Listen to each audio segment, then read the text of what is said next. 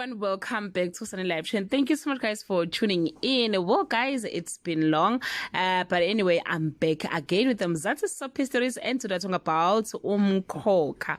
Kunezindaba ke ezingakaqinisekiswa ezicirculate laphana ke ku social media ezingemnandi ke nokho ukuthi ke uMamzobe angase ashiye laphana ke kumkhokha. Isizathu ke guys, as usual hleze kuzoba ke indaba yemali nokuthi ke basebenza isikhathi eside, so kusho ukuthi mhlawumbe uye wacela imali wabone ngazi ukuthi cha abafuni ukumnika imali, wesethi cha ngiyahamba ke lana kumkhokha. Kodwa ke abantu abayijabuleli ke leyo nto njengoba bemthanda kangaka uMamzobe. Abanye baze bathi ke mhlawumbe uMamzobe akasho ukuthi ufuna malini bazomhlanganisela.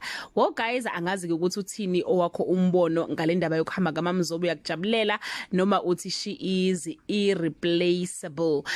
Kodwa ke asikho ke lapho guys, iqalile inyanga kaOctober umkhululi uJehova wamaJudiya ungcwatshiwe ke Friday, noma ke mhlambe umngcwabo wakho uqalile Friday, mhlambe ungasuphele ke ngomsomluko. Indaba ke iselektheni ke Iwill ke manje izothi ubani ozohlala esihlalweni sokuba ke umkhululi, ngoba ke eqaleni phela wekade ebhalile ke umkhululi wayekhona wangacacisa ukuthi kufanele kube umlungisi noma ke kube uSiphamandla. So ke manje intambo ke bese zikumlungisa ukuthi abhale asho ukuthi ke uma yena engasekho ubani okumele ahlale esikhundleni sokuba ke umkhululi noma uJehova ke wamaJudiya. Nami ke guys angazi kanjani, kodwa Iwill bathi ke ithema iqhamuka nje yaqhamuka ke negama lika Mamzobe ukuthi ayike sekuyena kumkhulu omusha ke wamaJudiya. Kusazoshuka guys la kumkhokha uMamzobe kubi ukuthi uzokhipha ke nabantu bakamthembe endlini, exosha isigungu samadoda esontweni, ebeka besifazane ke njengoba ke sewumholo omusha wamaJudiya. Okubhlungu nje guys ukuthi ke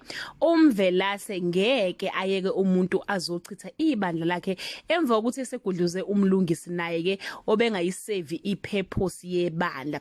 Kodwa ke hayi asazi guys, ngoba uMamzobe into ayifunayo kahle hle indaba yevolt ukuthi usazoyithola yini imali asazi ke guys. Asazi guys ukuthi ke uzohamba kanjani uMamzobe ukuthi uyahamba ngempela, kodwa ke uyena ke guys umkhululi omusha noma ke uyena uJehova wamaJudiya abazokhothoma kuye bathi ufanelwe.